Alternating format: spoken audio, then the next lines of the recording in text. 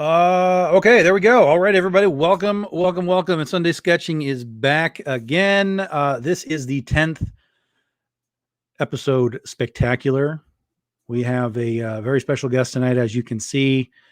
Lady Mechanika is our focus tonight, along with special guest Joe Benitez. We've already got people joining us in the room. What's up, Albert, Shawnee, Mr. Bishop, Mike? What's happening, everybody? Welcome. This is Sunday Sketching, where we try and bring a little awareness to what's going on over in Kickstarter. Tonight, it is Lady Mechanika, as you can see, and we're going to dive right into this because everybody's already up and running with their art. So let me get rid of this guy. Hello, I'm Tom Hutchison. What's going on, guys? It is Sunday Sketching episode 10. It's that Lady Mechanika show, and we have with us, as usual, Mr. Ryan Kincaid. What's happening? We have April Reyna. Hello. Doing her glitter thing at some point. Oh, you betcha. Glitter guns, I'm sure, right? To be announced. How steampunk is glitter? Is it legitimate steampunk thing? Yes. Yes. Okay. I mean, it is it is cancer causing, so sure. Highly regulated by the government now, but Marissa Pope is here, already well underway, and filling in for Mr. DeBalfo this evening is CB Zane. Ooh. Hey, gang. Just doing my John Cena impression. That's right. And of course, the guest of honor tonight, the artist creator of Lady Mechanika, and he's going to actually be drawing with us tonight. It's Joe Benitez. Look at that! Look at that great profile, Joe. That's a great shot of you. Hello. So yeah, normally, well, I shouldn't say normally. We've had people guests draw on the show before, but normally we get to see who the guest is. But in this case, we all know who Joe is. We know what he's doing. We know what he's up to. And of course, it is all about Lady Mechanika tonight, and we're going to run through the campaign and let Joe talk about that in a little bit as well. But let me actually get back to the comments here. As we said, anybody who has questions for Joe or any of the artists here, feel free to jump in at any time. Albert, Shawnee, what's going on? Shawnee, I got your message. I was in Minnesota this morning. What in the world were you doing in Minnesota? So there was a FallCon, just like a little one-day show that Garza was doing, and they hit me up to do it. And of course, Ale threw his name out to get my ass out there. So I went. We schemed some stuff.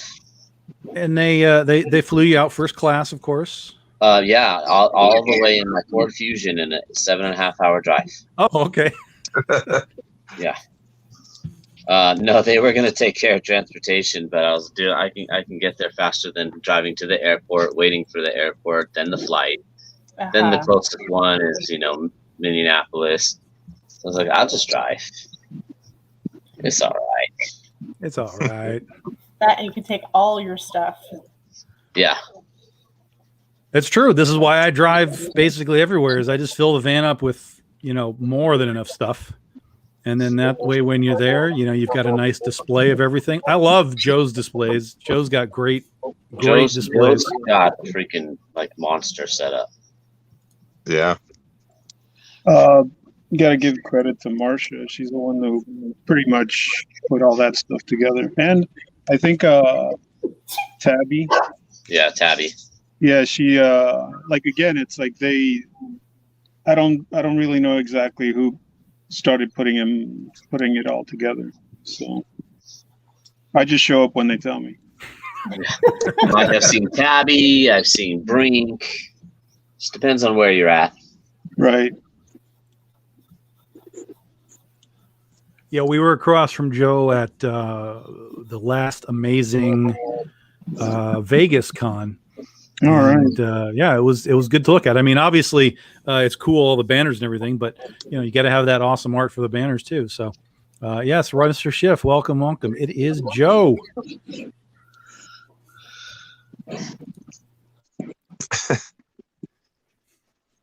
Have you done any shows in the COVID era, Joe, or have you No. been shut it down? No, the last one I did was the Hawaii Amazing Con right before everything shut down. Right, That was what, in February right. Yeah, of 19? 19. Yeah, and then ever since then, yeah, we've avoided shows. So the thing is, again, at the time, we were supposed to do Emerald City, and I was one of the morons who were basically, downplaying COVID at the time. That it's, I was buying into that it's just the flu and shit like that. So then as soon as the information came along, it's like, okay, maybe it's not just the flu.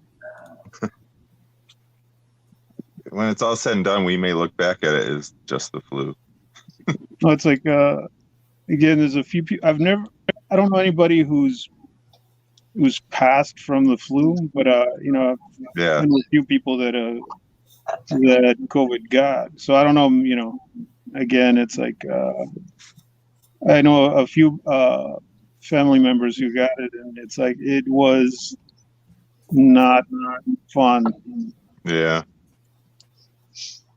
Interesting fact, the flu, can actually cause your heart to increase in size.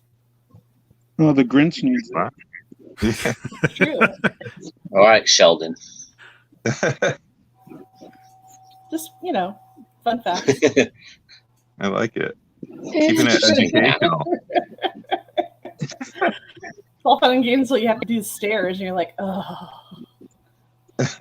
It causes you to pass out. You know what also increases your heart? Fat. Grease. Mm. Oh, well. Yeah, I guess.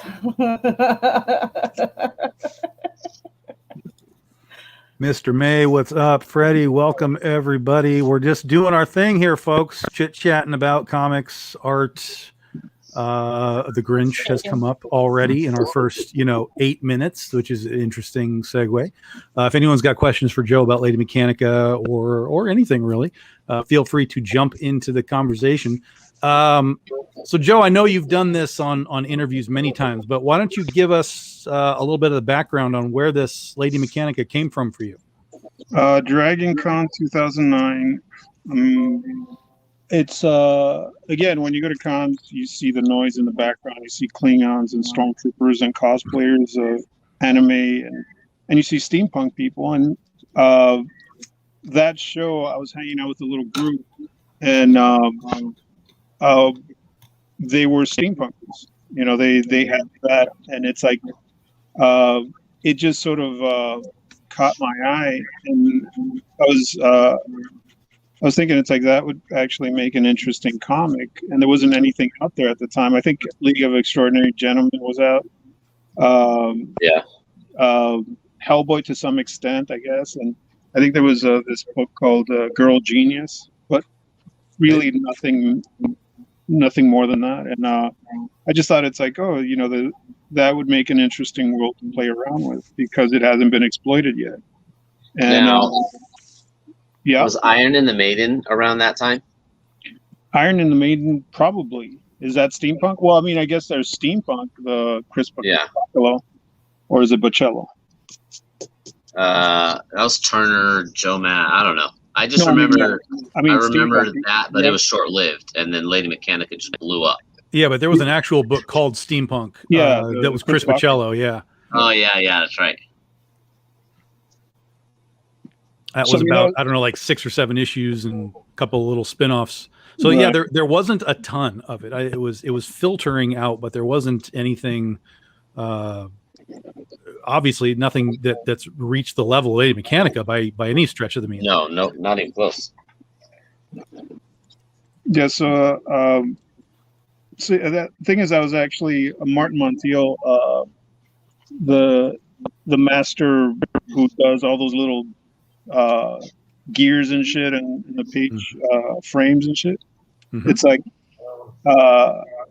he actually, I was developing the book for him, I was because I didn't want to do the gears and steampunk goggles. And, I still wanted to ask you about that. yeah, it's just I wasn't looking forward to that, so I was actually developing it for him because he really liked doing detail and whatnot. So, and then at some point, and this is what always happens, I started getting too possessive, and I wanted to do it myself, and so I started developing it with my strengths, and it just became what it became. You know? So did you end up getting into doing all the gears and stuff yourself? No. I mean, the thing is, I'll do some like I started pretty much volume 1. That's I'd say 98%. It's all me. But then with volume 2, the Tablet of Destinies, Martin jumped in and he worked off my layouts. And okay. And the thing is, I always envisioned doing these little gears and shit around the borders. So I asked him to do that, and then he just went crazy with it. And it's like, no, I wouldn't do it myself to that level. It's just too work intensive. I'll do borders here and there, but it's like I won't do the type that he does. Wow. Yeah, because I always said like drawing a cover for steampunk is awesome, but having to do a whole book of that would be like just kind of nightmarish. Yeah, I've heard that. Yeah. I mean, it's beautiful work. Don't get me wrong. I love it, but man, labor intensive is sort of, an understatement. The thing is, it's like I've always been jealous of like Jay Scott and Michael Turner, because it's like they could draw females like just without much, and it looks perfect. But I always had issues with anatomy, so I would cover them up. You know, like when I designed Magdalena, I put a bunch of knee pads and shoulder pads to cover up all the crappy anatomy that I wasn't good at. And same thing with the Weapon Zero. It's like that's why they're wearing what they're wearing, because it's like I'm trying to cover up my my bad anatomy. And with Mechanika, I was kind of doing a little bit of that, doing little puffy shoulders and adding belts and pouches and all that crap. So it's like, when I do detail, like Fitch, he'll go in and render the hell out of stuff. It's like I've never been good at rendering, so I just load up the characters with stuff. What's up, James? Yeah, Magdalena's another one that just, man, it's an insane amount of detail though. It's impressive. I loved that book though. Yeah. It was one of the first that I actually went out of my way to collect, not only the covers, but that book itself. So, bravo. They were fun. Very. Yeah, Magdalena was pretty amazing. Yeah.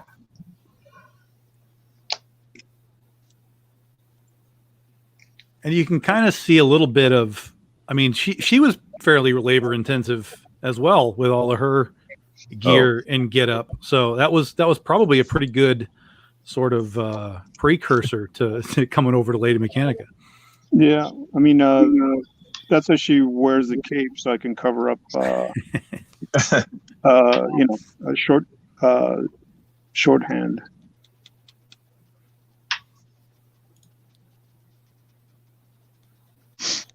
What's up, Chris? Welcome, guys.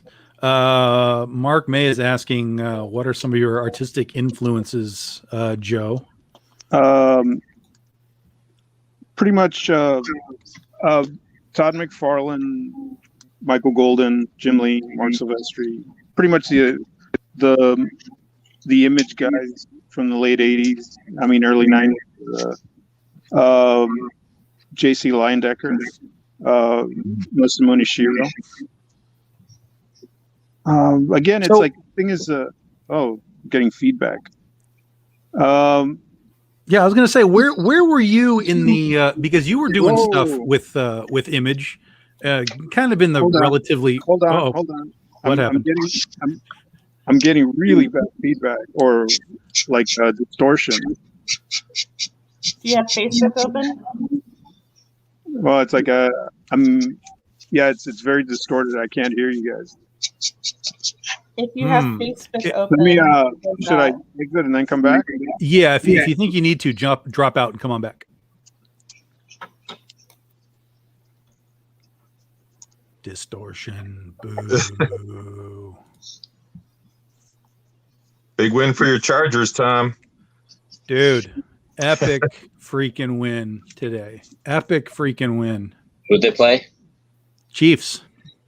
Oh shit! A nasty turn.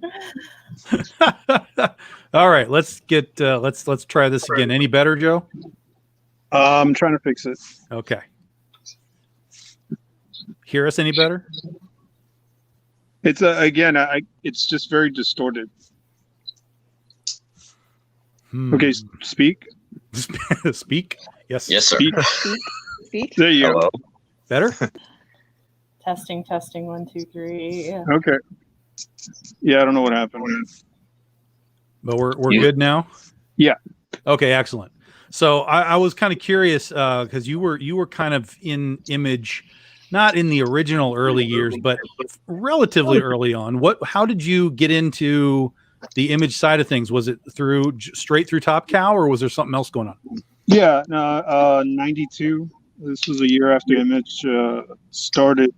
They had a talent search. And well, the thing is, Valiant, pretty much, everybody was looking for talent at that time, and I submitted and got rejected left and right. And then San Diego Comic-Con was rolling around, and I decided to go show my wares there, and that's where David Wohl saw my work and showed it to Mark, and Mark hired me right there. And so what was the first book you got to do? The first, actually, Cyberforce Origins, Cyblade was the first book that I finished on my own, but it didn't see print till after Strike Force, codenamed Strike Force #8. So technically, I finished Cyblade first, but the Strike Force #8 was the first one that was published. Interesting. Do you remember what you showed them that made them hire you? Like, was there a story you showed? I still have them somewhere. It's like I was using this really thick artboard that Mark was like, yeah, you can probably kill people with this, because it was it's like I didn't know. I had no idea what kind of board to use, so I was just going to Target or wherever, and I was just picking up whatever was there. Like illustration board. I guess so, yeah. But yeah, I have it somewhere. It's like I still have the samples. What were the samples? Were you doing like Wonder Woman, Spider-Man, or were you? No, a lot of Image stuff, a lot of my own creations. I did. It's like whatchamacallit, Punisher, not Daredevil, Deadpool, Spawn. I mean, I had like a 4-page story of my own creation, and a bunch of pinups, and that's what got their attention.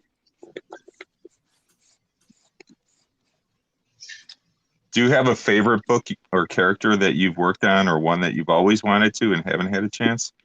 Well, I got into comics because of G.I. Joe. It's when I was a kid, I was collecting the figures, and one of the first comics I got was a G.I. Joe comic, and that sort of got me into other stuff. I went to the rack, and then I discovered X-Men versus Avengers that Mark did, and Punisher Warrior and the Nom that Michael Golden did, and Longshot, and it's like all these books, but G.I. Joe was my gateway, and so I've always been a big fan of G.I. Joe and Snake Eyes, and when IDW got the rights to G.I. Joe, I lobbied to do a Snake Eyes silent issue. And it's like, because I wanted to do this, it's one of my favorite books of all time. And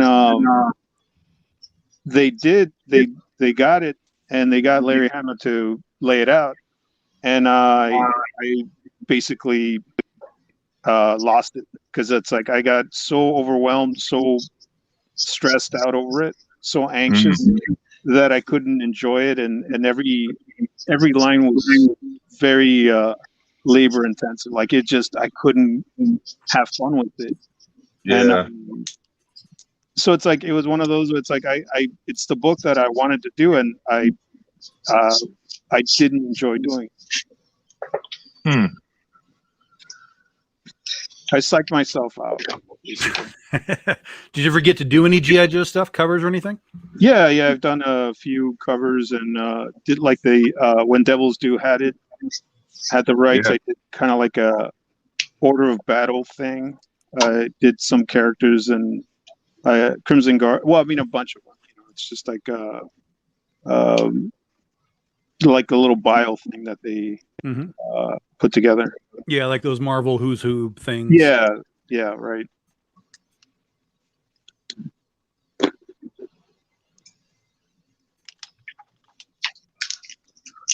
So we got Mr. Kincaid's already in the color phase here.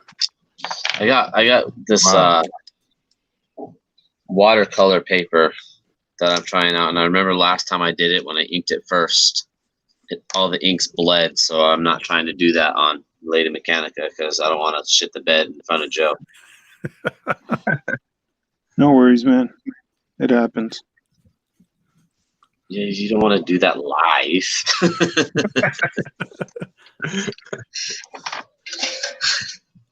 Like, oops, shit. Oh well.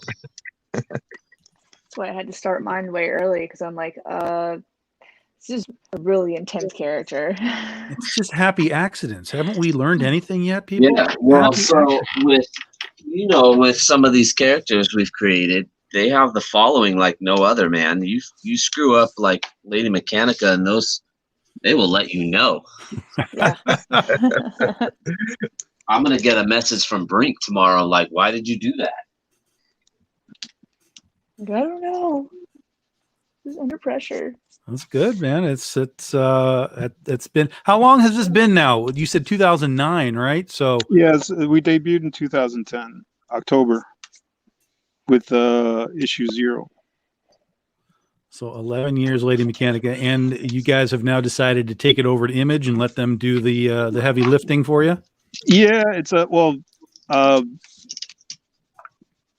primarily for exposure, to be honest. It's like we got to a point where both Marsha and I are not good promoters. We're not good sales people, marketing. We're not good at that. Like our book does pretty well, but whenever we put any story out that it's like it doesn't get any traction, and we've heard from fans that some retailers won't even bother carrying the book because it's not Marvel or DC or Dark Horse or Image. Sure. So they won't even give it a shot, even when they have a fan right there asking them for the book. They, I've had a few stories like that, and I'm like, okay, well, maybe if we go through Image, we'll get a little bit more confidence from some of these retailers, Sure. Yeah, trust me. That's a story I've heard many, many, many times. And it's unfortunate, but yeah, definitely this book has been above and beyond from the indie world, considering you guys have literally just done it yourself and without Kickstarter. This is your first Kickstarter. So you guys just put the book out and we're just like, well, here we go. Here it is. And a huge fan following for this thing. So, much congrats for Well, what thank you've you. done. Yeah, I mean, we've been wanting to do a Kickstarter because we see how other people basically do a lot better with with one book than we do on a run sometimes, Sure. Yep. So we're like, okay, I think we're leaving money on the table if we don't follow this trend. Yes. But again, there's so we were trying to do something a little different, and yeah, it's like the book that we're offering is slightly, it's a deluxe version. We wanted to do something a little special, so it's different than the one that you just get at the retailer. Sure. Yeah. No, that makes complete sense. 100%. 100%. And it's like, because I was moving over to Image, I was hoping to get one of the Image founders to do a variant, Sure. and obviously they're very busy, so none of them could take it on. So Todd's got nothing going on. Just knock on. well, his door. yeah. And so what do you call it? Marsha, actually, I was going to do a bunch of variants of homage or tribute covers, and then Marsha's like, "Hey, why don't you do the Image books, the number ones?" And I was like, "Brilliant, I'll do that." And yeah, and then it's like that kind of opened up the inking for me, because I haven't inked. Well, I should say I haven't been inked since I started Mechanika, since I worked at Aspen, actually. And I was never very confident with my inking abilities, because I wasn't slick enough. I wasn't clean enough. I'm very sloppy with my approach. And but when I was doing the Image covers, I started with the Spawn homage, or the tribute cover, and I was trying to mimic Todd, and Todd's not the cleanest inker. It's like and I love his approach. So it's like that was a lot of fun, and it just kind of opened up my my confidence in that. So now I'm inking, Well, that's good. That's good. Well, apparently pages sell better if they're inked. So Inking was always the thing I was most afraid of early on. Like, it just, I don't know, but I was so paranoid about having someone else do my stuff that I made sure like my line work was like super, super clean. Right. Like, you basically just had to be a tracer. And everyone kept telling me, like, your pencil work's so clean, why don't you just ink your own stuff? And it's like, I'm terrified. right. And I'm just not good enough. So, but now I do. And it's a lot easier, I think, digitally to ink. It's a faster fix.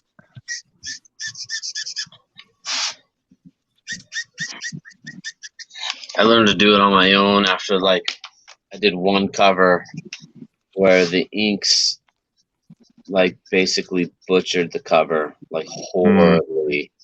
And it was like, okay, I can't do this again. Like, Yeah. I'm gonna. I never got around to sharing this this stream. Is there a button you said that I should hit? Oh yeah, if you go to, I did tag you. So if you go on Facebook, if you go on Facebook, you should see that you were tagged. Okay. And then just click that, and it'll take you basically to the stream within Facebook, and then there'll be a share button, and you can just share it out. All right. Let me see how this works. Like, oh no, we lost Joe. Yeah. It looks like maybe Marsha's been at it a little bit, because Joe Benitez Art and Lady Mechanika have shared this. Oh, okay. So someone's doing it for you.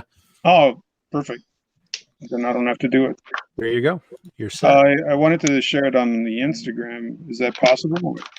I don't think that I don't know it is. how to do that. I mean, I know that you could copy and paste the link and put it in Instagram, but I'm not really sure how they really connect. Right. I could just say go to my Facebook and there's a link. 100%. 100%. Yes. That you.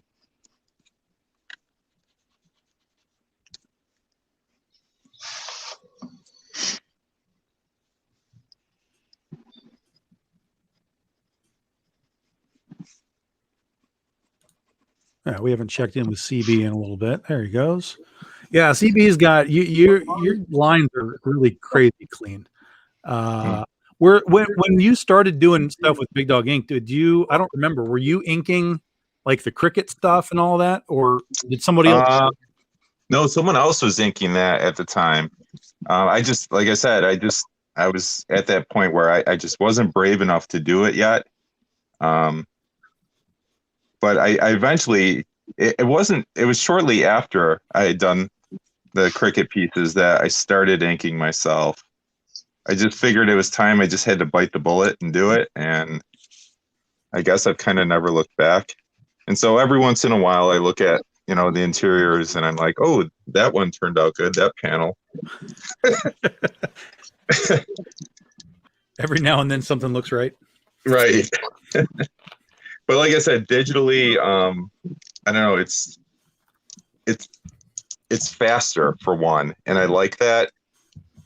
Sometimes I get very impatient because I see something in my head and I know how I want it to look. And then when it doesn't, I need to do it over and over again. And how are you, Marissa? We haven't heard from you yet. Oh, I'm just listening. I'm good.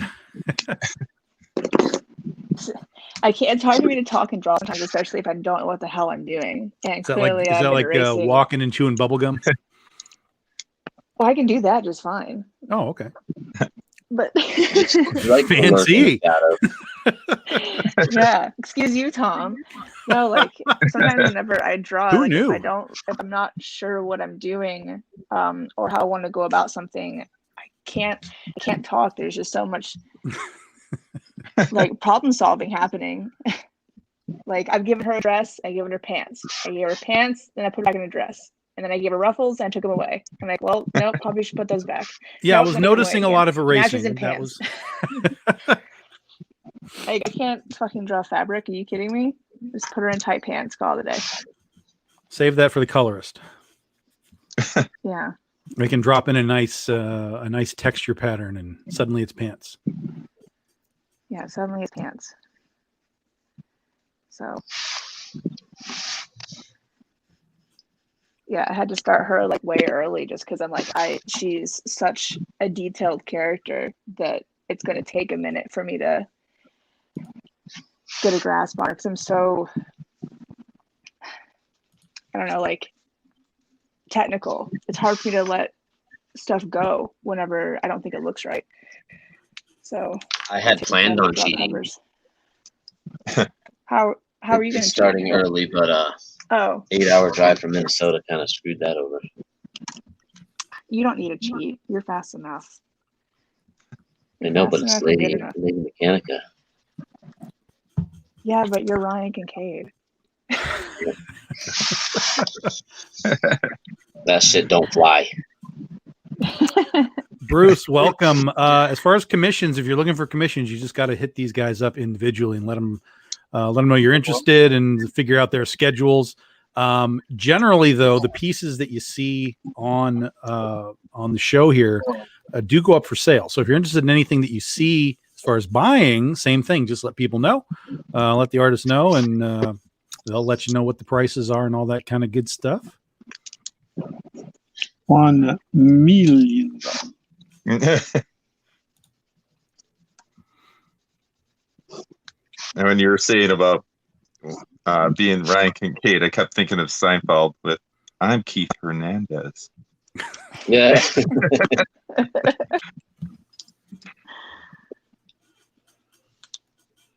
I'm so happy that most of us understood that. I know. I was sweating that nobody was going to gone get really poorly for you, man. But yeah, I think you got at least a 50% reaction. right.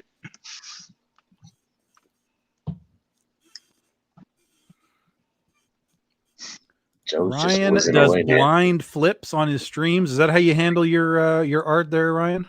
Yeah, I got tired of hey do Harley, hey do this. It's either I do the Nerf dart with the characters' names on it, or I just kind of take a stack of blinks and put numbers on them, flip it over, and whoever calls that number, I'll draw whatever on it on one of the live streams. seems to work out a little better. People started getting creative with some of the characters. That's good.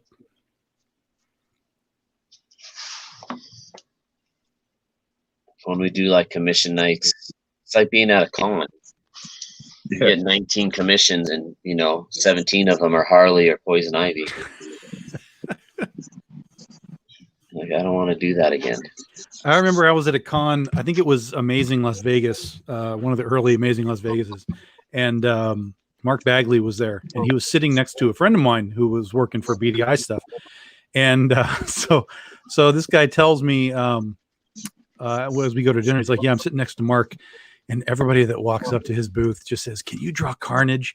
And you can just see his face sink every time he hears it, because he's drawn Carnage so many times. Right. He's like, "Oh my God, I feel so sorry for this guy, because everybody wants nothing but Carnage." Yep. Is It's it fine taboo after to tell people a few, no? you just don't want to do it.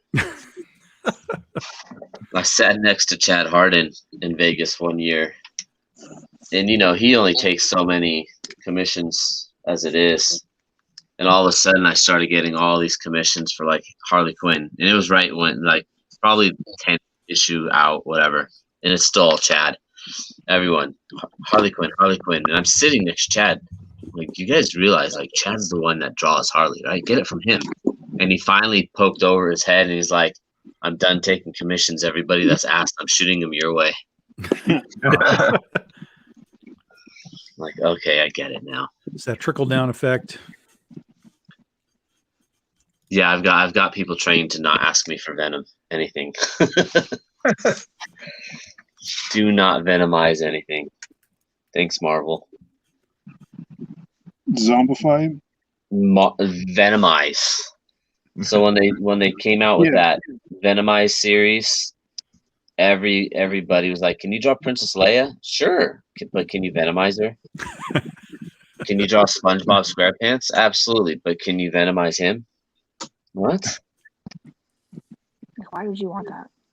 After a while, I was like, this is just not fun. Like, I'm just putting Venom's face on all these people. So yeah, all my guys know, like, don't use the V word. Yeah, it's interesting. I've always thought that the tank would run dry on that.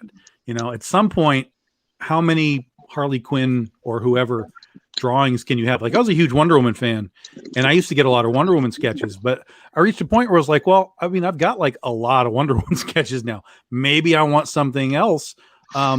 Plus, I started asking for stuff that probably artists hadn't drawn a lot of. So, maybe it would kind of spark the interest a little bit more than, just another Harley. Right. I made a list because I never get sketches at shows, and I've been doing that lately. So I made a list of all the characters that I like, and I'm just, picking one person per show. Like, okay, that guy, would do awesome with this. So I'm getting so-and-so to do, Iceman, and Bagley to do Green Goblin or something, that he's not completely always known for. Like Ramos just did my own character for me, which I'm still going to get him to do Spider-Man down the line. But he's another one, man. If you ask him to do Venom, he charges you like way extra. He's like, nope, I don't want to do it. Interesting trivia, actually. The last true convention sketch I ever got before I was publishing comics was Joe. It was at San Diego Comic-Con, and he did a critter piece for me.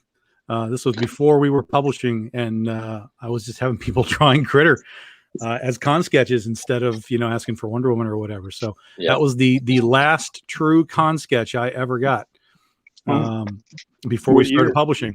Oh my God, this would have been 2009 ish, maybe. Okay. Yeah, it's like there's so many shitty sketches I've done over the years, and if I go to comic art fans or Yeah, that one, like our and community. and I just see all these horrible, like quickie 2-second sketches, and it's just like, oh man, they're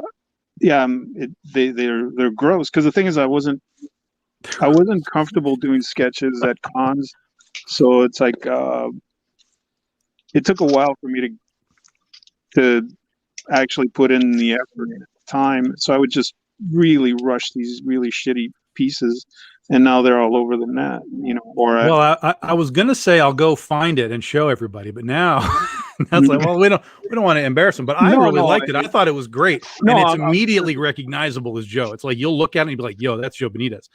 So loved it. Yeah, it's no, I'm saying like these little 2-second, 10-second quickie, doodles and stuff. Sure. But again, it's like But I feel like that's how it always used to be, and now it's become like a process. Well, I mean, whenever I hear these guys that they're doing sketches and then you see it and it's not a sketch, it's a full rendered work of art, and it's just like, that's not a fucking sketch, man. Right. I agree. Yeah. But that's kind of what it's become.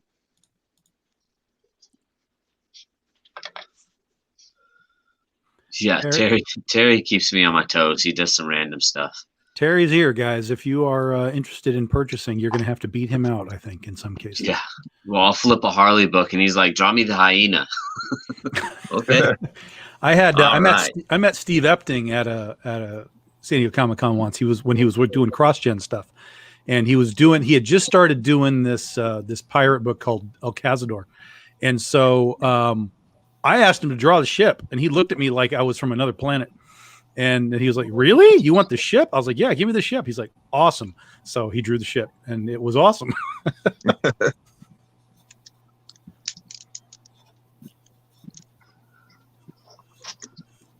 Yeah, you'd be surprised what we actually like to draw sometimes. What do you like to draw, Marissa? What's the ideal commission for someone to come up and say, "I want giraffes, duh."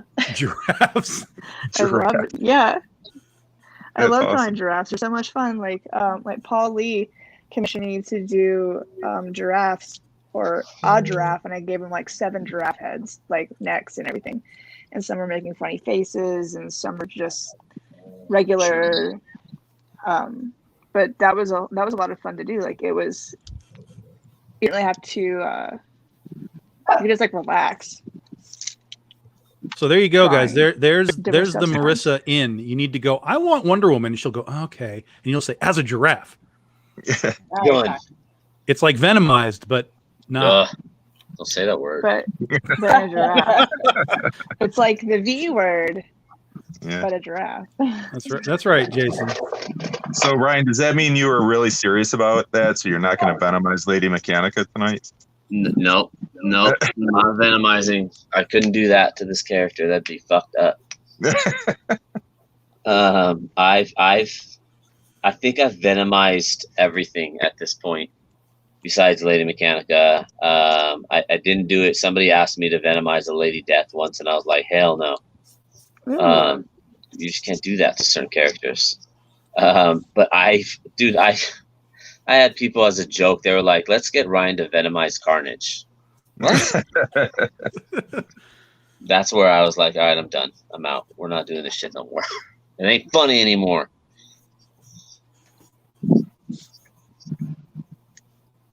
But I will throw it in every once in a while to fuck with people. I'll just do it on my own.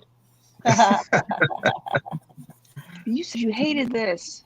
Well, yeah. I'll draw now Venom. I choose to do it myself. Like, it's been about 6 months. You know what? I'm going to take this and I'm going to put some symbiote all over it. There's a friend of mine, artist Matt Frank, who did a venomized Godzilla. And he draws the kaiju stuff all the time, so he did venomized Godzilla, and I was like, okay, I accept it. That was fair. But yeah, no, I definitely get the idea that it's over now. It's over now. That and the Savage Rogue, right? Everybody wants the Savage Rogue. Yeah. I get that every once in a while. Yeah. I love Savage Rogue. There you go, folks. Sounds We're like giving a you good all the little ins for all these artists here, so you know exactly what to ask for and make them happy.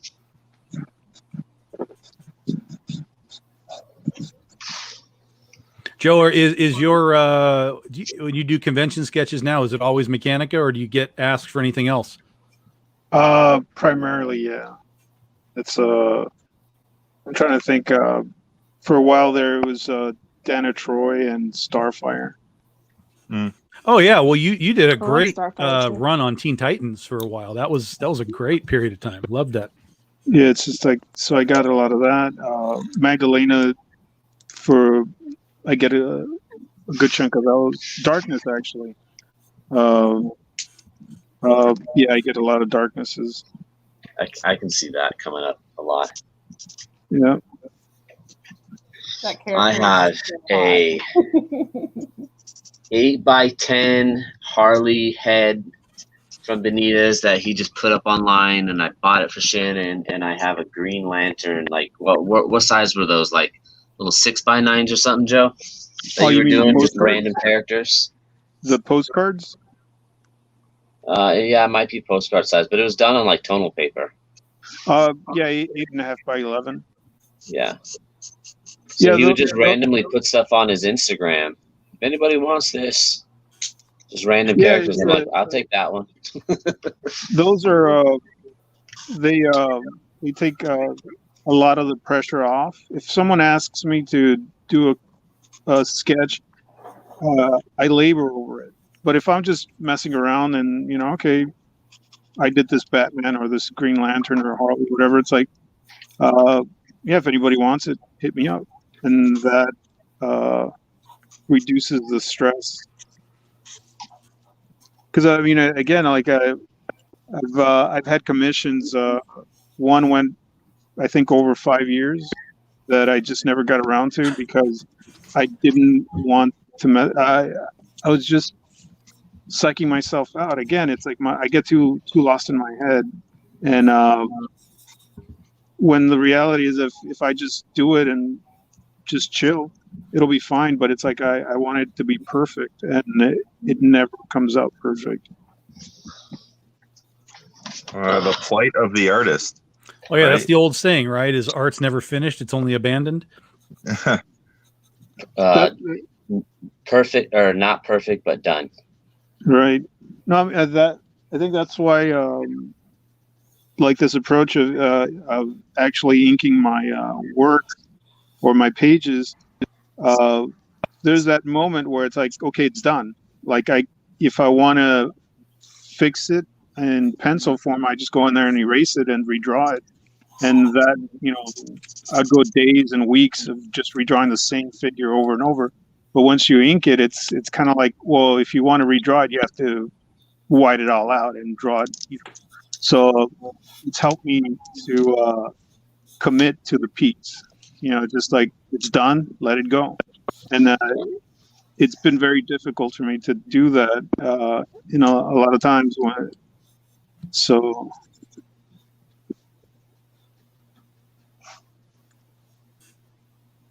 Interesting, but yeah, that makes sense. That makes sense.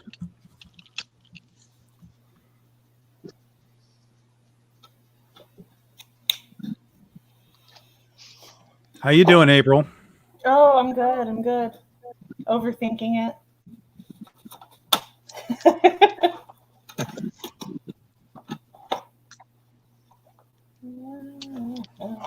When are you going to start airbrushing? I wasn't gonna with this one. Oh, but now you have to. Now I mentioned it, so everybody's I know. expecting it. I think somehow they might appreciate what I'm laying down. I don't know. I'm liking this. So it's been a bit. And so the last couple of airbrushes that I've done, unfortunately, like the tape was peeling layers of paper off of the sketch covers, and I freaked out a little bit. So I need to look about at like maybe getting some less adhesive tape. You just got to get that. You just got to get that blue painter's tape stuff. Painter's tape. No. There's a couple of different types, and like that wasn't. Wait, no, I don't have that.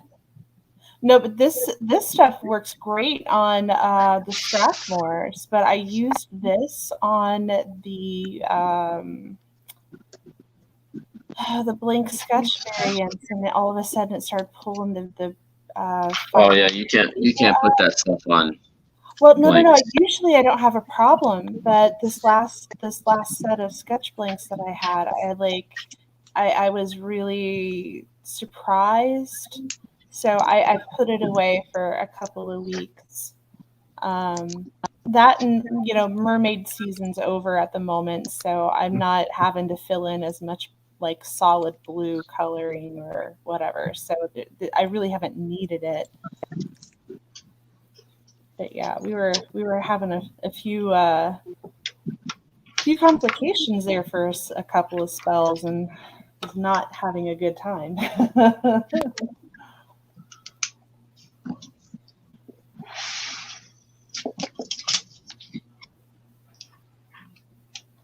You could put some horizontal lines on that, Marissa, and turn her into Spider-Woman steampunk.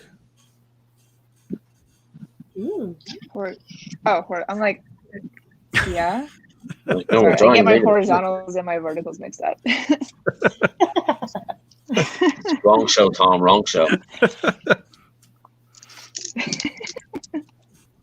I'm an awful co-pilot. Like I can't say left or right. I have to like tap on the windows if I need somebody to go left or right, or like I just point because I'm just like go that way, or no, go this way. So lesson learned: don't drive with Marissa. Unless I'm driving myself. Just put the address in the GPS. Yeah, I don't know why I bother giving anybody directions to any place. They have a smartphone. Yeah, I always find it weird how people still ask, how do I get there? Put it in your phone. You got a map right there. Yeah, that drives me nuts. I get that asked all the time. Like, do you know, like, what street is this off of? Google will tell you just as fast as it's going to tell me, man. A lot of truth to that.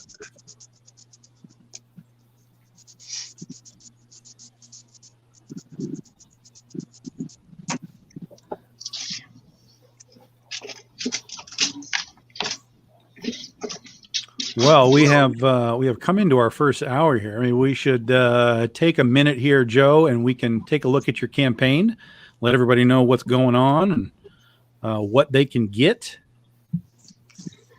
Let's pop just like that. Where are we at? Holy Moses! Right.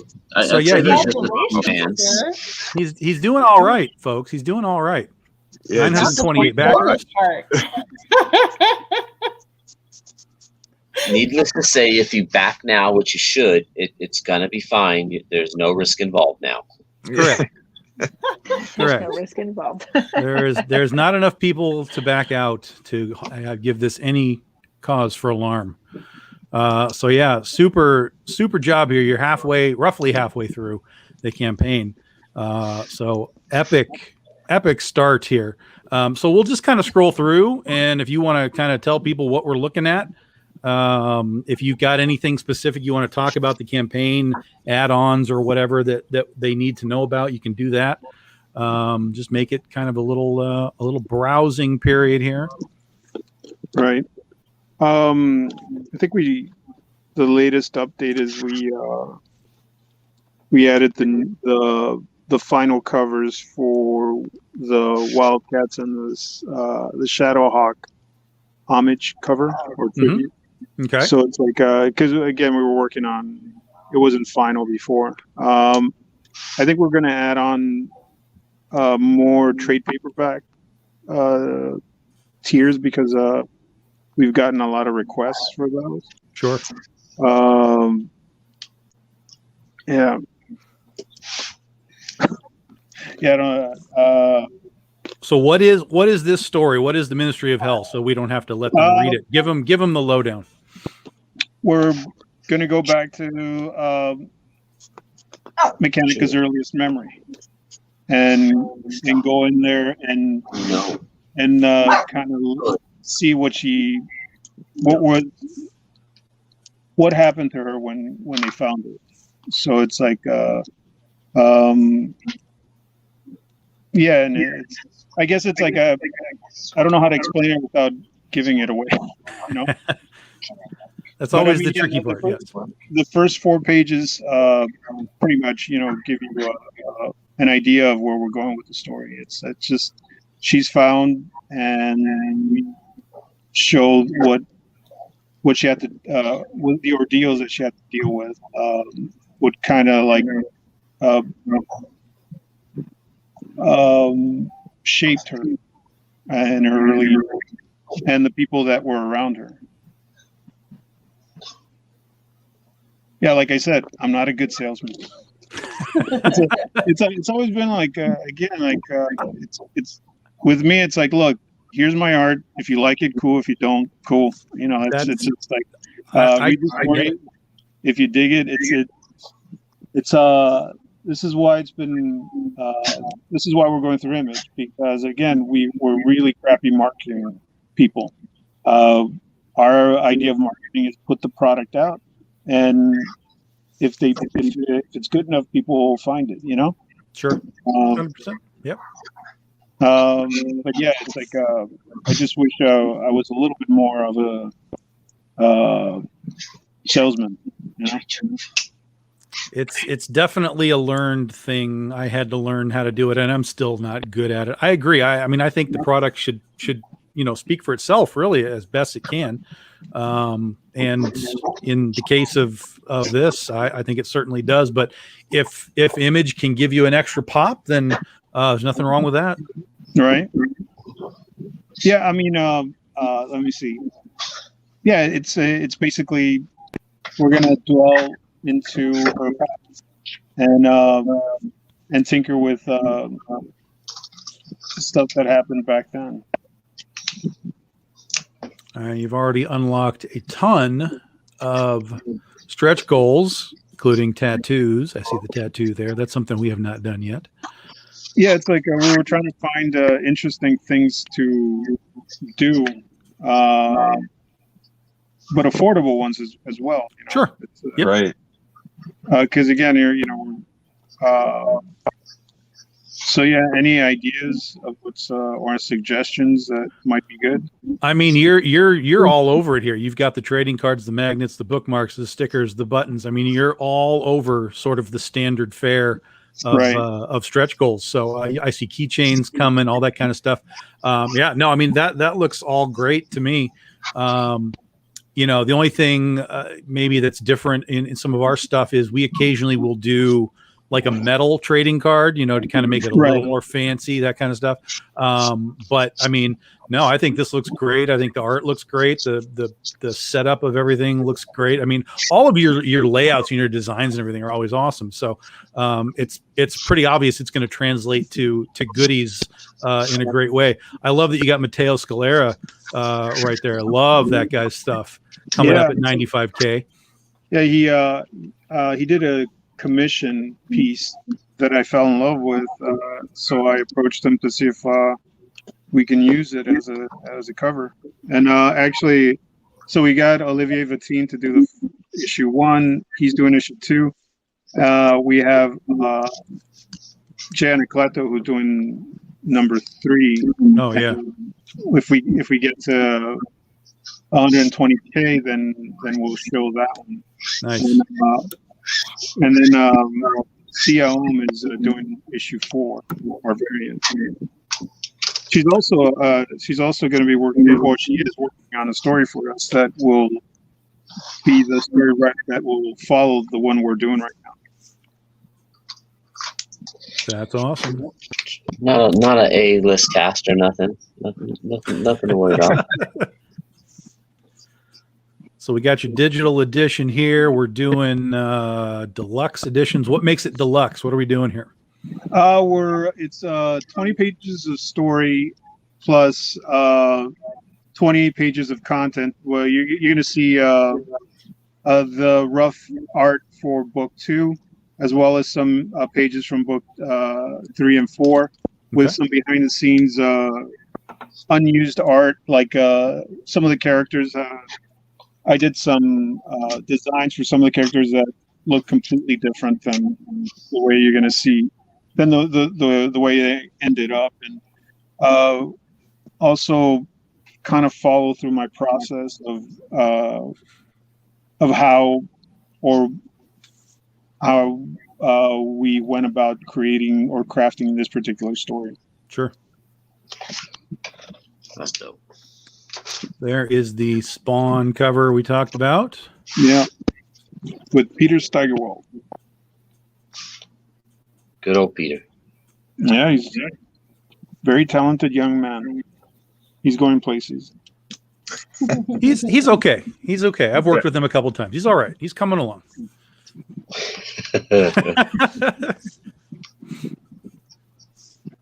Wildcats with Alex Sinclair, the legendary Alex Sinclair.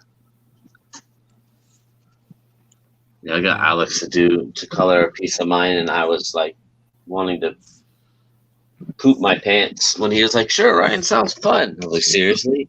I was just shooting out there, man. I was, aiming for the fences. He's like, "Yeah, I got time. Let's do it." Huh? Young Blood. Now, why did you do blue and not the orange from the original cover?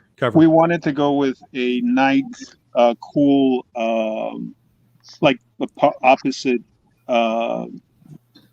color scheme and color tone, because all the characters are a little more on darker tones. Sure. So we wanted to do like the opposite. Instead of the really bright orangey, let's go with more of a night, darker vibe, but still keep it sort of light. It's just. Yeah. Also asked Beth if she could try to mimic the coloring style from the 90s, or I don't even know who colored that piece.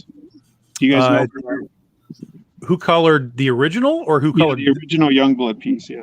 Oh, I have no idea, to be honest with you. Yeah, because there's no, there wasn't any credits for that.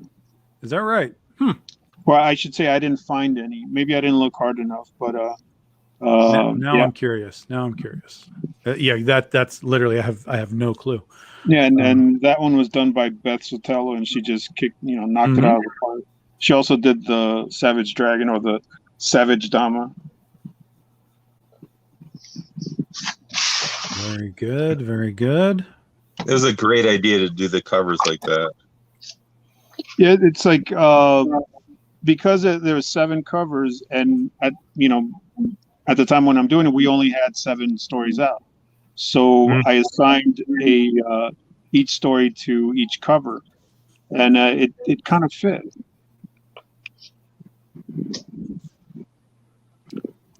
Steam Force is good. That's nice. Yeah, that was Mike Heisler's idea. I was just going to go with Mechanika, like broken down into, or Lady Mechanika. But he's like, what about Steam Force? It's like, oh yeah, that's much better. That works much better.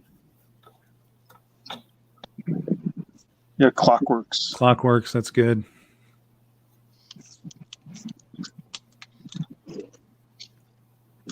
Very good. Shadowhawk, of course. That was the first one we did. And I was trying to find a suitable substitute for Shadowhawk, and that's when I was like, oh, I could do Lady Mechanika in her cricket outfit.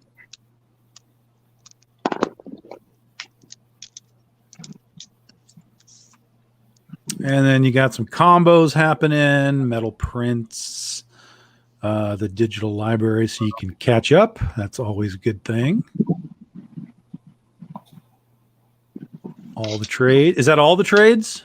Yes. so far, So far. and they're all first print.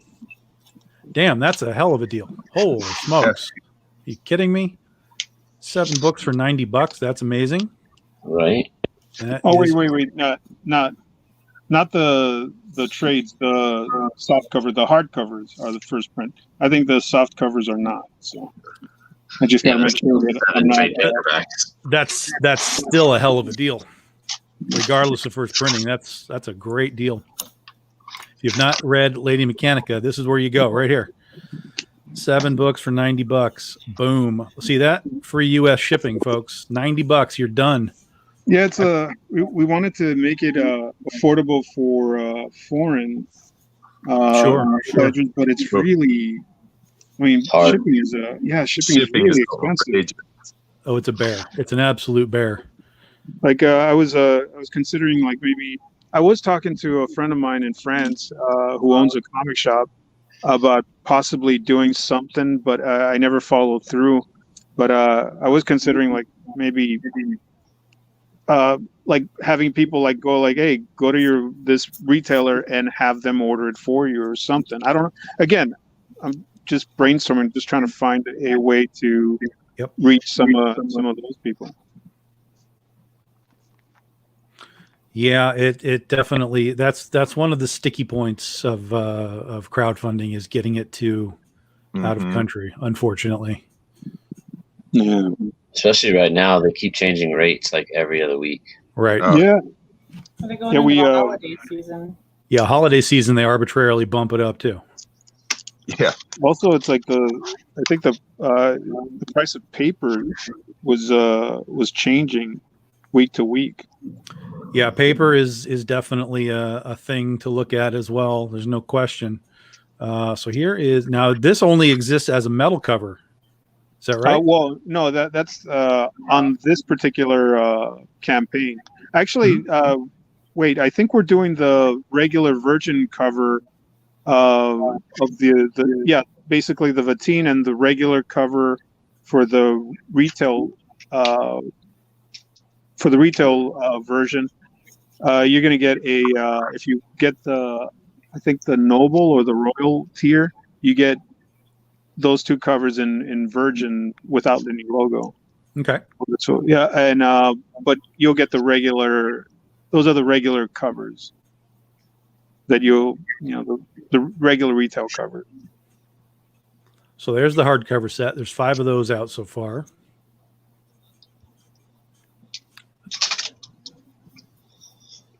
There's all 7 image covers.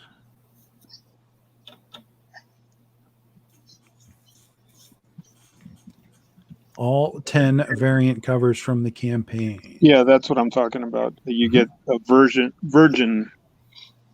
of those covers, a virgin version, right? The tongue twister's free. She sells seashells.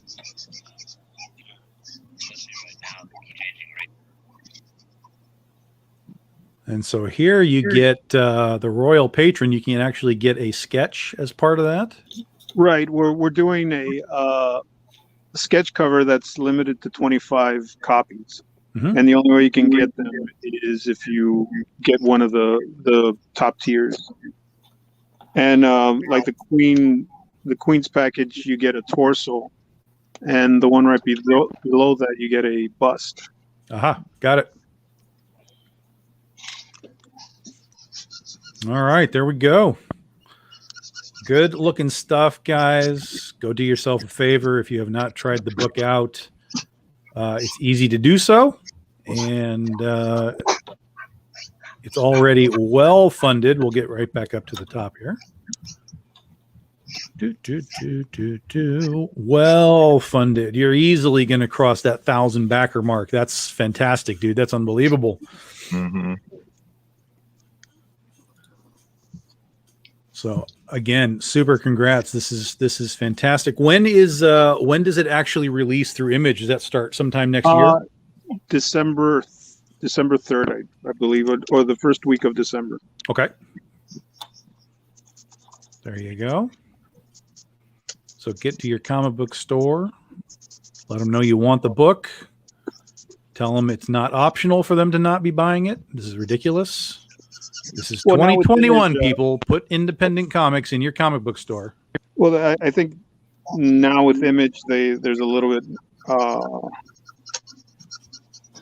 a better chance that Sure. It's yeah, there's a credibility element to it, and certainly. But well, the thing is that I kind of fucked myself over early on being so late with the books. I mean, we released issues 0, 1, and 2, and then it took forever to have issue 3 out. And I think that created a basically retailers were like, fuck this guy. It's like he's taking forever with the book. The book's never coming out, and it's frustrating. So I can understand the retailer lack of confidence. Yeah, but at some point they got to get over that. I mean, you once you got the book up and running again, it clearly had a fan base. It's selling ridiculously good numbers. I mean, you're selling Image numbers and you're not with Image. I mean, that alone has to say something for the product. So I get sort of the bumpy start, but you would think at some point people would just look at it and be like, oh, okay, he's got freaking 7, graphic novels out now, trade paperbacks. Clearly there's a fan base here. Right. And, you'd hope that it would happen. I mean, obviously no one's going to, rattle your tree for joining Image. I mean, anything that helps sell books is a good thing. So, we can only hope that there's continued success with them. Yeah. I mean, I'm hoping that in the long run, we get a much a better, more readership.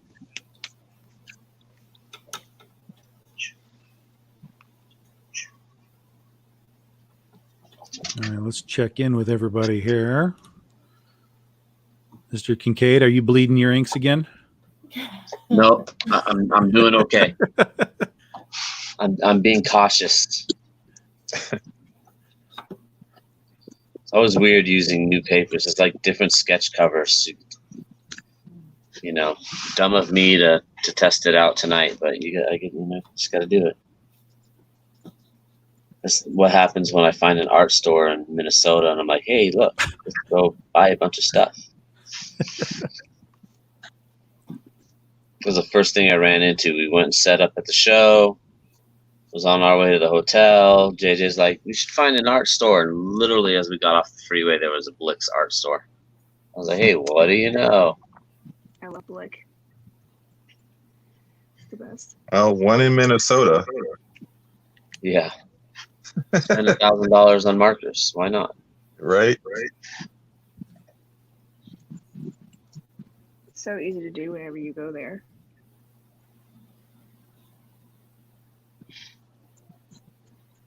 You drove, you got the van, you got plenty of room. Just fill it up. Oh, I did. JJ helped out with that, but we did. There's a little CB Zane there. Give you a little more straight on view. Nice. He's got that gray tone happening now. Yeah.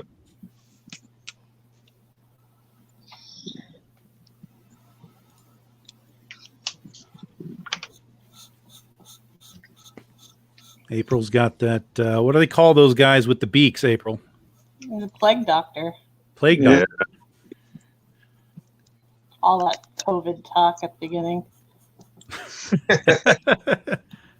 It was one of the characters in the new book. We were going to go. Well, I was going to go with the plague doctor look, but there are some unused designs, but it's like ended up going in a different direction. Because I do want to use that look at some point, but the character didn't fit. I just got 15% on my battery. If it dies, I'm sorry. I'll go plug it. See, the thing is, it's like my plug is in the living room. I'm in my room right now. You need one of those 20-foot right charging cords. I learned that the hard way. I always had the basic cord, and then I got like a 6-foot cord, and I was like, this is dumb. Just give me the 10-foot cord. Right. And it's changed my life. So if I log out or whatever, it's not my fault. I'll go, or I should say, just know that's the reason. And I'll go plug in the living room. No problemo. We got you. Because I was at 100 when we started, so I don't know why it drained so fast. So it is one thing that a lot of people don't realize is the oh my gosh, the screen brightness. Right. If your screen brightness is at 100% or really high, it'll drain the battery super fast. So if you can go on your screen brightness and take it down to like maybe 75% or something, that often helps save some battery life. Well, I also had 10 tabs open. I just found it's also working hard. Yeah. I had a Netflix and Hulu running, so there you go. That'll do it. Whoops. Yeah. The more you know. We're teaching Joe a few things. All you guys with your fancy tech. All you TikTokers. Oh no, that's Otley. That's the wrong Ryan. It took DeBalfo like 3 shows to figure out how to do this. Does he really still know how to do it though? I think that's just Marissa. Or is I was gonna say, or is it Marissa fixing the problems? Yeah, that's more. I think just whenever I go over there, I think things just fall into place more for him. I'm not over there tonight, so. Well, that's why he's not on. Clearly, so I can't go on. Yeah, Marissa's not here. Oh, okay. I'll break I something. enforce his hand.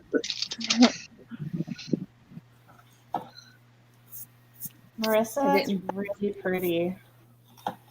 What? That's really pretty. Oh, thank you. Charles is asking what's that eraser you got, Marissa? The little baby one. It's I it's a Mono Oh, yeah. Zero. We got one of those. I think the brand is Tombow. Yep. The name of it's almost like worn off.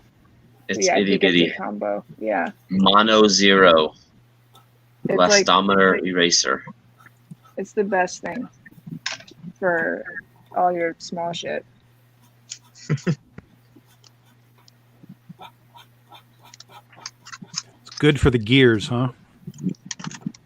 Good for the gears. Good for the hair. Good for the soul.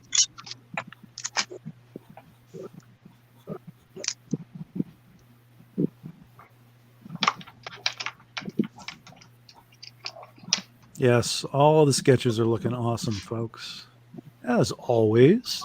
And again, we'll let those that are chilling out in the room here with us know. First of all, if you got questions, feel free to drop into the conversation anytime. But all of the pieces that you're seeing here are generally up for sale by the artist. So if you're interested in any of them, just hit them up. Ask them what's going on, what they're asking for, all that kind of good stuff, and try and beat Mr. Fike.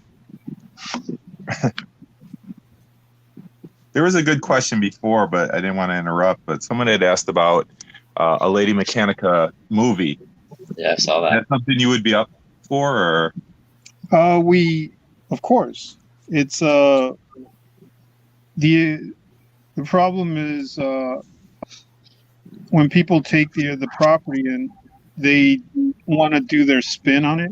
Right. And I'm like, okay, yeah, fine. If it's a better version than what we crafted, but yeah, when you're coming up with something that's not, mechanic at all, it just because I've had issues with that where it's like they just don't understand the character. Right. they just think, oh, she's female and she's a cyborg in the 1800s. That's it. It's like, no, Yeah. there's more to it. There's personality, there's attitude, there's a certain type of presence, a certain type of vibe that you need to bring to the character. And it's very surface that I've got. And so, yeah, I'm hoping that maybe down the line, someone who understands the character might be interested in. And if not, it's fine. Yeah. If I had the money, obviously, I would do my best to hire the right people to do something. You hear that, Russos? Yeah. They're not doing anything. They're not busy. Wachowskis. Yeah. Yeah. See, maybe that'll be your next Kickstarter then for the film itself. Well, I was planning on doing a statue and an nice. action figure line of Mechanika. I would love to get involved in that.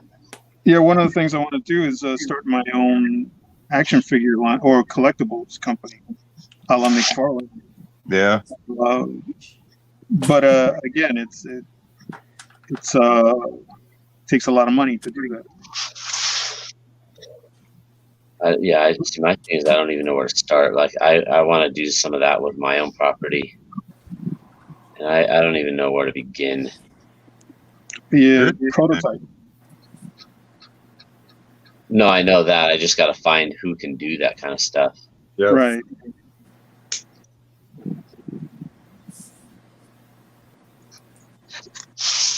I had one to do a persuasion statue, and he's like, "Yeah, it'd be like a $3,000 startup and this," and I was like, "Yeah, that's fine, let's do it."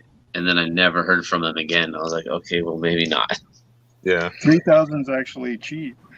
Yeah. Yeah, it's just like it's if you want to get top talent, you're looking at upwards like 10, 15. And Oh yeah, no, this was like $3,000 just for like the like prototype sculpt from he used to do some of the DC statues and stuff. It's what do you call it? I got quoted that just for the 3D model. Yeah. Yeah. Then we're talking about another $3,000 just to print it out, and it gets very pricey. I'm But this okay was with a few that. years back. I'm the moron that would be okay with that. I'm like, that sounds great. Even if it's a one-off, I have my own persuasion statue. Let's go for it.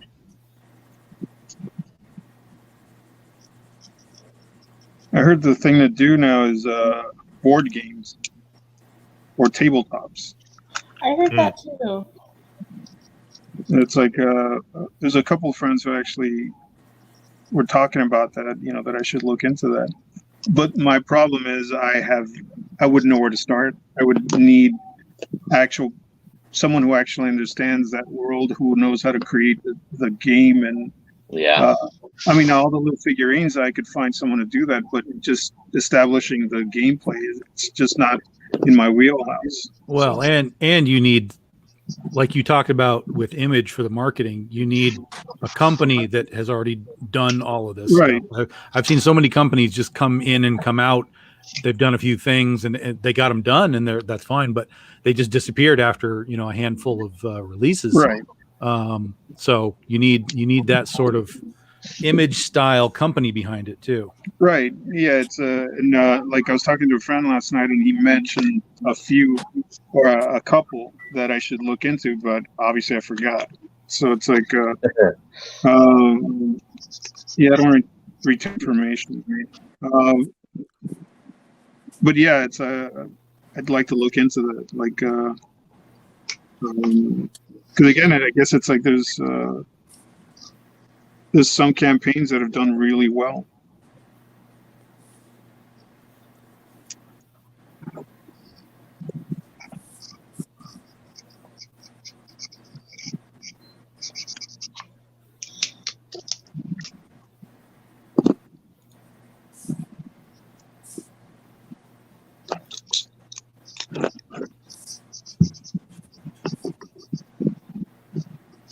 Yeah, I've always wanted to. I've had in the back of my head, because I used to play these card games all the time, Magic and all this kind of stuff.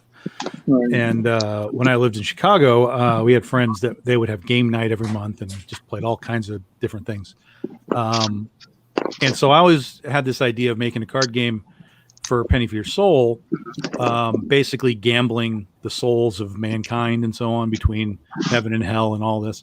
So you would have some kind of gameplay where like the cards do things like in Magic the Gathering, but it would also incorporate literally playing poker into the game to win the souls that you're gambling. You and poker. So yeah, That's awesome. but again, I can't figure out how to. I'm not savvy enough to put all of those details together into something that makes a coherent, set of rules. And this is what this does, and this is what this does. So I would have to get hooked up with somebody who could take that basic idea and run with it. Right. Yeah, you need people that know, that are well versed in that world. Didn't Shawnee's husband beat me in the poker night? I mean, not that I want to open up old wounds, but Is that how we met, Ryan? no, I met you at a con, like way early in my career, Right. and then we went out and goofed off. Because it's like, what was it in Florida? You brought up that it's like, you reminded me that, yeah, I walked in, I was a little inebriated and joined a poker game that you guys were Sounds about right. right? I met you. The first time I met you was in Phoenix, I think. And we all, like you, me, DeBalfo, Garza, I can't remember who else were hanging out in Phoenix. And then just random shows like Hawaii and Right. some other shows, I'd see you at again.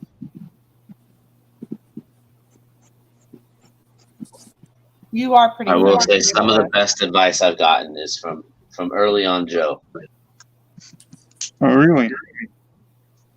You told me a long time ago, I can like your art and I can like you, but I should always say I'm going to be better than you. Is that what I said? Yeah. All right. Does that stand true? Am I still trying to be better than Joe? All right. Okay. Thrive to be better than Joe. Well, it's like I think at the time I had that mentality, like, look at the people that you admire and want to be better than them. Like, I want to be better than those guys that I look up to, Right. because it's like I want to kick their ass. That was when I first joined Image. That was my frame of mind, my state of mind. It was just like, I need to kick the crap out of those guys. And even if I don't get to that level, at least, if I can get close to it, It gives you a drive. Yeah, well, the thing is, again, before I got hired, I thought I was king shit. I thought I was because again, my family and friends told me how awesome I was. So when I got hired, I was like, of course I'm going to get hired because I'm shit. And it wasn't until the first day that I walked into Homage Studios and I'm looking at Scott Clark and J. Scott Campbell and Jim and Wiltz and Mark, and I see the level of art that they're doing, that it just completely humbled me. I was just like, holy shit, I don't belong here. And it took me about 2 to 3 years before I actually got a bit comfortable. And because the first year I thought I was going to get fired. I assumed, or I knew I was going to get fired, because it's like, there's no way they're going to keep me. I'm not good enough. I'm not at that level. And it took me a while to really feel comfortable enough to feel like I belonged. And even now, every now and then, I feel like, I still need to go,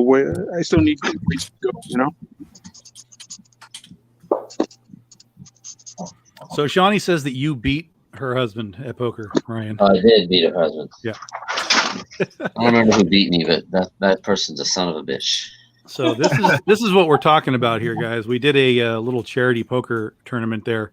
Ryan, April was there. Whoever the guy in the white is, he won. So there we go. That was our. Who's the guy in the white? That's He was from one the of charity. He was from the animal shelter, right? No, the guy in the white is actually one of the friends of the guy in the blue who's standing next to me. I can't think of his name. He's a poker player. He likes to play poker, and so he just came up to be part of the team. So we got Jason Metcalf there, April, Ryan, Shawnee, me, of course, and we had a little fun poker night there. Raised some money for the animal shelter. Well, at least now I don't have to feel bad that a guy that actually likes to play poker beat me.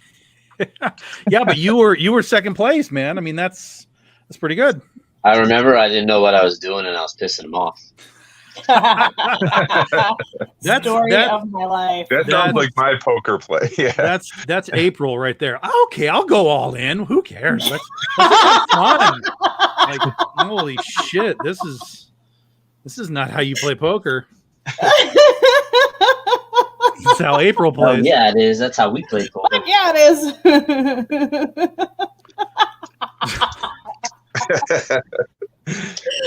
Oh my gosh. When are we going to play again? Play with April anytime. Hell yeah. You just More have to. booze, the better. You just have to outdo the I'm all in, guys. Hope that bluff is coming your way. Yeah, but then I win with like twos, and you just literally want to rage flip the table. It's fun. See, this is why playing with April is a challenge. You started calling me the Let's jackal. call it a challenge. Because there's no way to really play her. It's like when I was the first time not the first time I was in Phoenix, but we got invited to a charity poker tournament they do at the Phoenix Comic-Con. Yeah. And so I was at a table, and I was doing really well overall. I was almost at the final table. And then I got kind of a crummy hand, but I had an ace. So I figured I'd just play the ace. And I just kept playing and playing, and nothing was happening on the table. People were dropping out. And one guy down at the end just kept going. Doesn't matter what I put in, he just kept going. And cards flipped. There was nothing on the table. I had an ace high, basically. Last card was a 5. He had a 5, so he won with a pair of 5s. But what I didn't know, and this is why they always tell you to play the people and not the cards, what I didn't realize was who I was up against was one of the guests, one of the comic book guests, who was basically just like, get me out of here. I want to go home. And he was just putting all of his money in. It didn't matter what cards he had. So I was like, oh my God. I lost because I wasn't playing the person. But I still lost on the river, of course, with a 5, which is the that's my life in poker. I remember when Phoenix used to do that. It was an invite thing, right? Yeah. Because I remember the first time I was going that direction, I was talking to Mark Brooks. He's like, "Yeah, come on, we're doing the poker thing." I was like, "All right." He's like, "You want to play? Are you playing?" I was like, "I don't know." He's like, "Oh man, it's invite only. You weren't invited?" I was like, "No." He's like, "Sucks to be you." No. Thanks, Mark. I don't know if they're still doing it or not, but if you do want to wind up playing, let me know. I know the guy. I was kidding. I ain't playing against you. You're dangerous. Well, I thought you lived dangerously. No, I'm 40. I can't do that shit no more. Well, so am I. This just makes me look cool.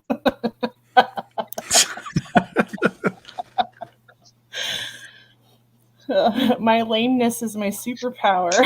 Now when I get home and Shannon looks, did you have fun? You fucked up? You lost everything? Was it fun? Did you feel cool? Yes. Just sorry, babe. I'd have to hear, April whooped your ass. What's wrong with you? No. There we go. Joe's back. What was the last thing you heard? We just everybody start over. Let's talk about poker again. We're talking about poker.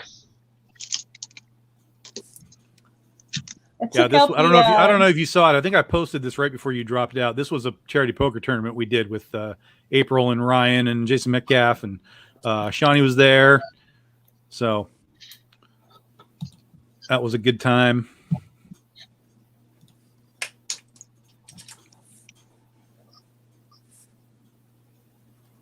Yeah, this last time I had been drinking, and sometimes I forget to be humble. And so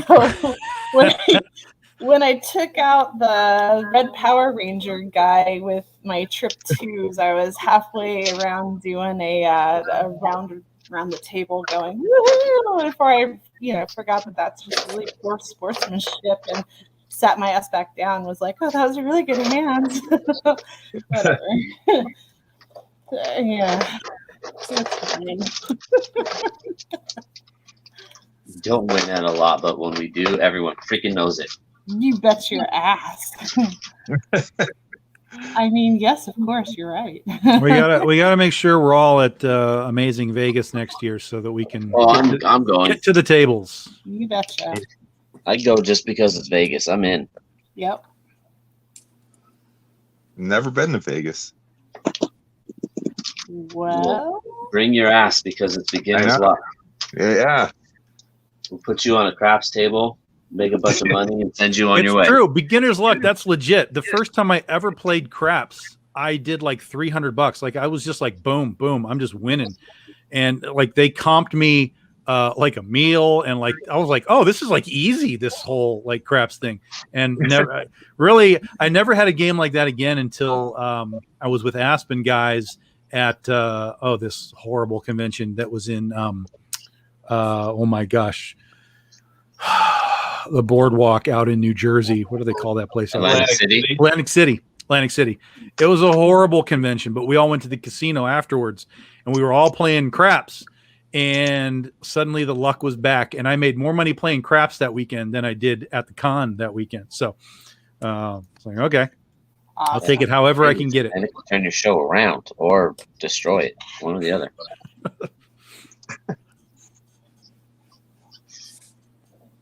No, I have fun playing craps. I taught Shannon how to play craps, and that's why I know beginner's luck, man. Because she was up like I think 2,500. I was like, "We're done. We're out. Let's go." She's like, "No, let's keep going."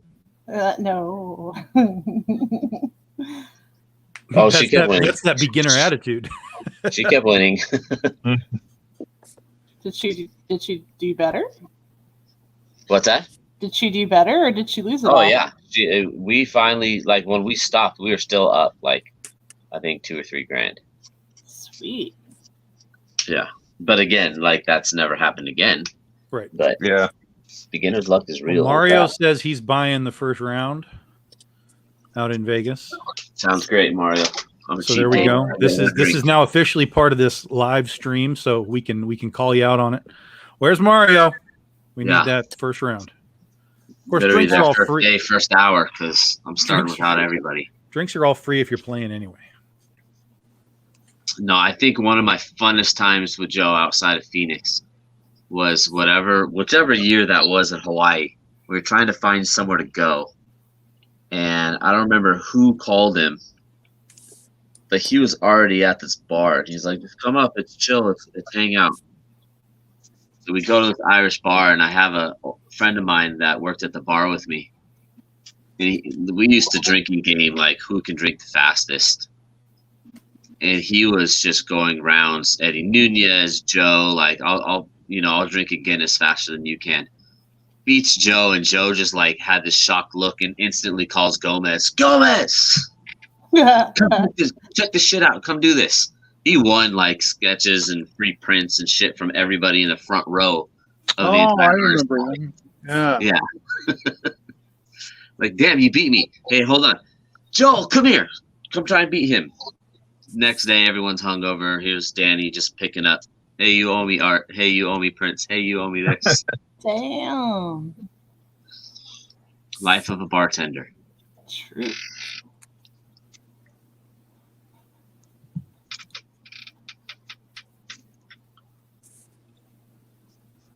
Looking good, everybody. We are getting to that last 15 minutes here. Wow, this is the longest sketch I've done. Yeah, you're usually already done and got that shit up for Hawk. No doubt. Well, that and I'm Candy Crushing it while I'm listening to you guys.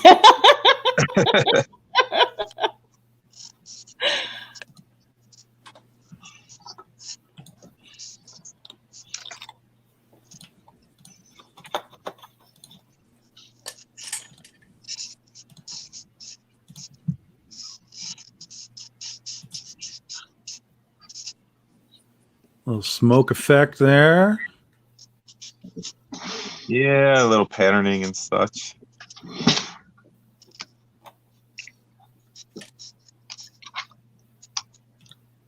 Joe, in case I don't get a chance to say it, thanks for coming on the show and letting us draw Lady Mechanika. It's kind of like a bucket list thing for me. So, well, thank you guys for inviting. I'm sorry I'm talking so much. Look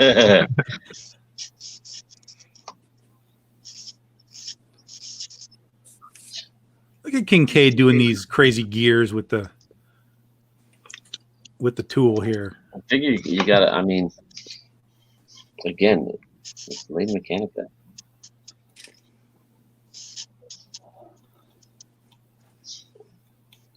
You don't want to look like the chump.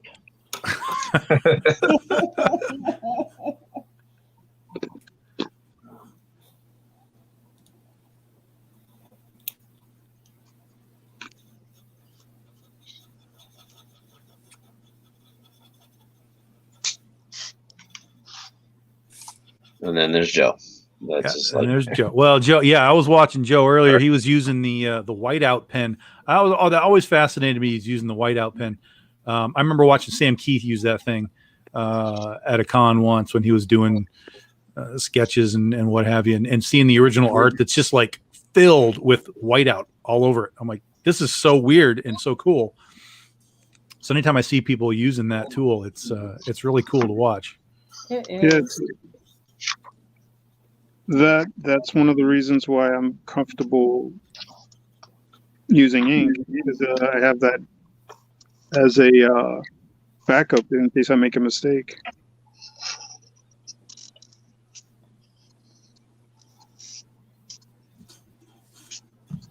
That's right. No chumps. No chumps allowed.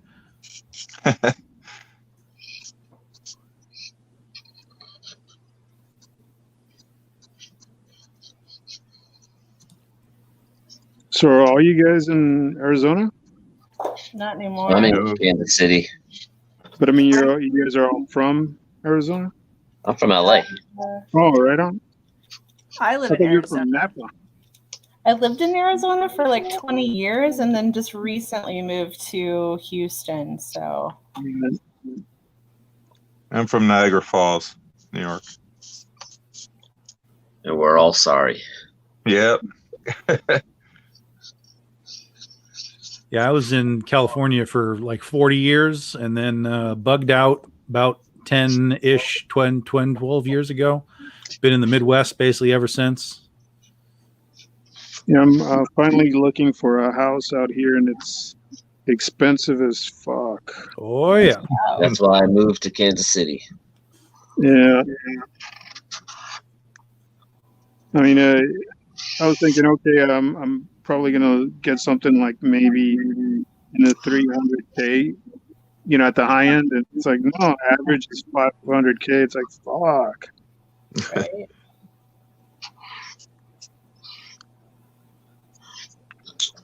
For 500K, you can buy like a entire farm in the Midwest. Yeah. Yeah. A few acres, couple of head of steer. Throw in a couple of, roosters, you'll be fine. Yeah, my house, I have a 3-story house, and it was 320. Right. When we were looking at buying out there, it was not possible. No, for 300K, you're getting a 1-bedroom, 500 square feet, like condo. Yeah. So I'm from Palmdale. All right. And even in Palmdale, Lancaster, it was all just ridiculous numbers. So I was like, not a chance. I don't even like this town that much. Well, that's if you're looking for affordable or on the low end stuff, it's like I have to get out of the city. Yeah, like going to Victorville or not Victorville. Is it Victorville? Yeah. Yeah. Going to Vegas. Yeah. Yeah, Victorville. Victorville. Yeah. Mm-hmm. Yeah, so it's like You can have neighbors as meth heads, man. It's all good. Riverside.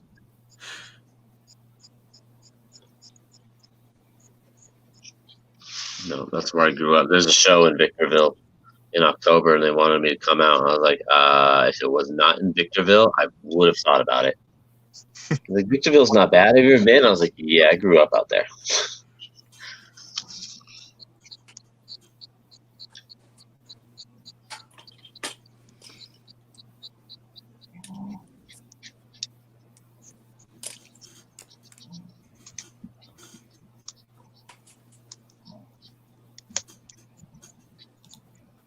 All right. What do you say there, Marissa? You got it done?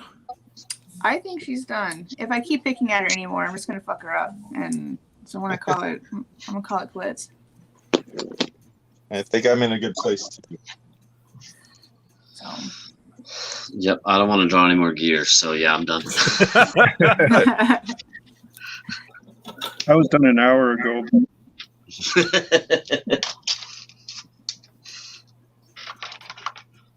Looking good here. April's dropping in a little bit of red. Wow, that looks I'm almost done, but if anybody wants her for $75, shipping included, just message me. There you go. April's is up there. There's Mr. Zane. cool. I really dig looking at people's versions of the character. That's super one. cool, isn't it? Yeah.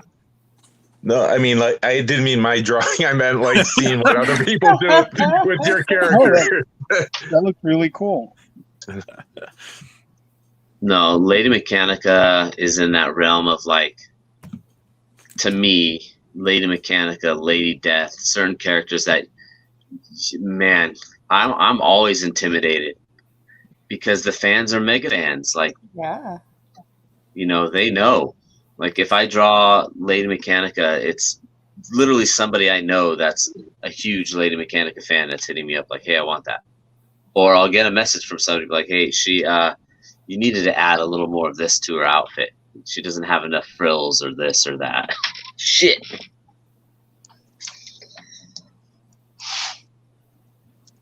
I mean, it's like I designed her because I didn't want to draw the same character over and over or the same outfit. Yeah. Because I'd get bored. I'd get bored pretty quickly with. But yeah, it's like it's a pain in the ass having to draw it panel to panel. You know. Yeah. I can understand it.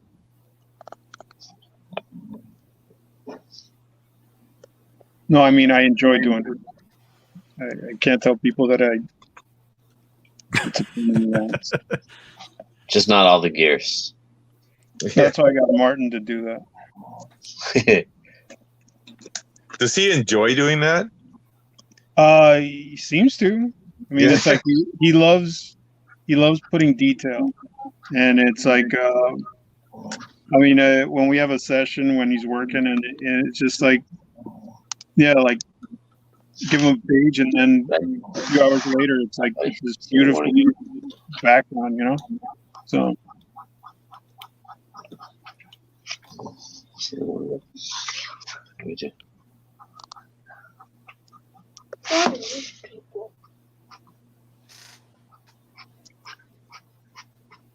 Ooh, the red in the background pops. That looks awesome.